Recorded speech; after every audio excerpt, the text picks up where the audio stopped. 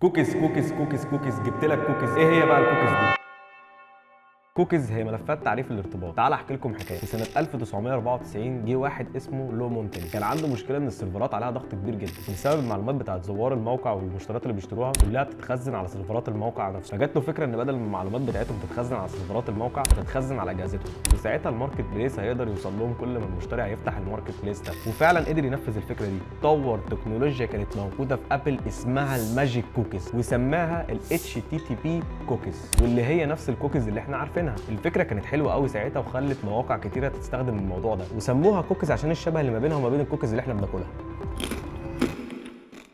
لان الكوكيز انت ممكن تظبطها على ذوقك وبالطعم اللي انت عايزه بالمكونات اللي انت عايزها. فنفس الفكره بالظبط، ان الكوكيز بتخزن معلوماتك على الانترنت والحاجات اللي انت بتحبها وبتدور عليها. فهي عباره عن فايل صغير قوي، ممكن يبقى تكست فايل، جيسون فايل، نيتسكيب فايل، او معلومات ثانيه زي مثلا درجه صوت اللي انت عاملها على اي فيديو على اليوتيوب. فحتى لو قفلت اليوتيوب وفتحته تاني هتلاقي نفس درجه الصوت اللي انت كنت عاملها لاي فيديو زي ما هي ما اتمسحتش. طبعا هي فكره حلوه جدا، بس اكيد في ناس ثانيه بتستفاد منها اكتر. مفيش في مره سالت نفسك ليه امازون بتحط لك الاعلانات اللي انت عملت عليها سيرش في جوجل او شفت لها فيديو على اليوتيوب من غير ما انت اصلا تعمل عليها سيرش في امازون ابدا؟ في اي ماركت بليس بتخدم الكوكيز بتاعتك عشان تجمع معلومات عنك طول ما انت قاعد على الانترنت، عشان تعرض لك اعلانات بتناسبك انت شخصيا. طبعا مهم جدا للمواقع عشان ارباحهم بتزيد.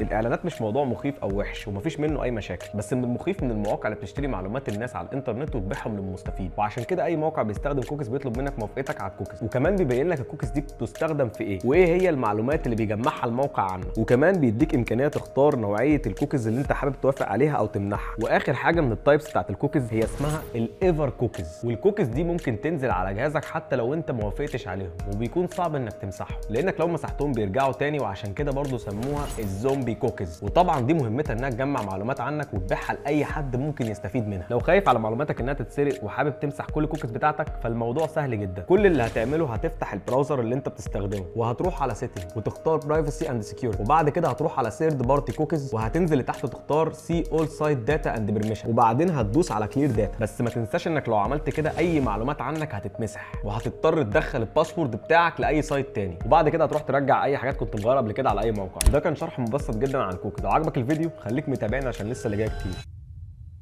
انا متحمس قوي للسكريبتات اللي جايه يا بنس، عايز اخش الحمام يا بنس.